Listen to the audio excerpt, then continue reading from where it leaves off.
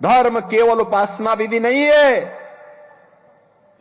उपासना विधि व्यक्ति की स्वयं की उपासना हो सकती है, उसको थोपा नहीं जाता है। लेकिन धर्म का जो व्यापक स्वरूप है वह बृहद है, यतो अभ्युदय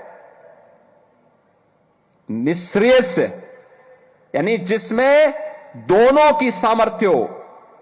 अभ्युदय का मतलब सांसारिक उत्कर्ष। इस जीवन में आदि दैविक, आदि भौतिक और आध्यात्मिक तीनों प्रकार के विकास की प्रक्रिया को आगे बढ़ाना।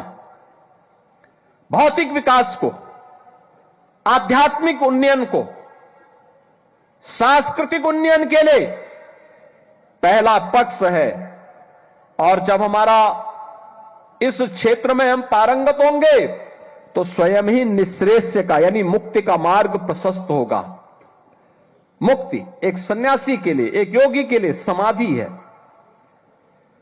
एक छात्र के लिए अपने जीवन में पारंगत होना, अपनी एक क्लास से दूसरी क्लास में पारंगत होना, पास होना, सफलता की नई ऊंचाइयों को प्राप्त करना, यह उसके जीवन का हिस्सा है। यही उसके जीवन का उमंग है। एक क्लास से पास हुआ, दूसरी क्लास में गया, उसके पहली क्लास से मुक्ति मिली, अगली क्लास में नए जीवन की शुरुआत उसने प्रारंभ की।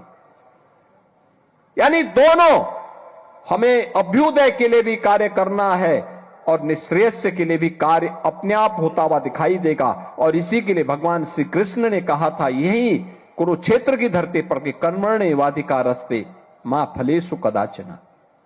यही है उसका भाव। कर्म करिए, अच्छा कर्म करेंगे अच्छा फल प्राप्त करेंगे, बुरा कर्म करेंगे तो उसको आपको कोई ताकत उस पाप से वंचित नहीं कर सकती। उस पाप को, वो पाप आपको घेरेगा ही घेरेगा।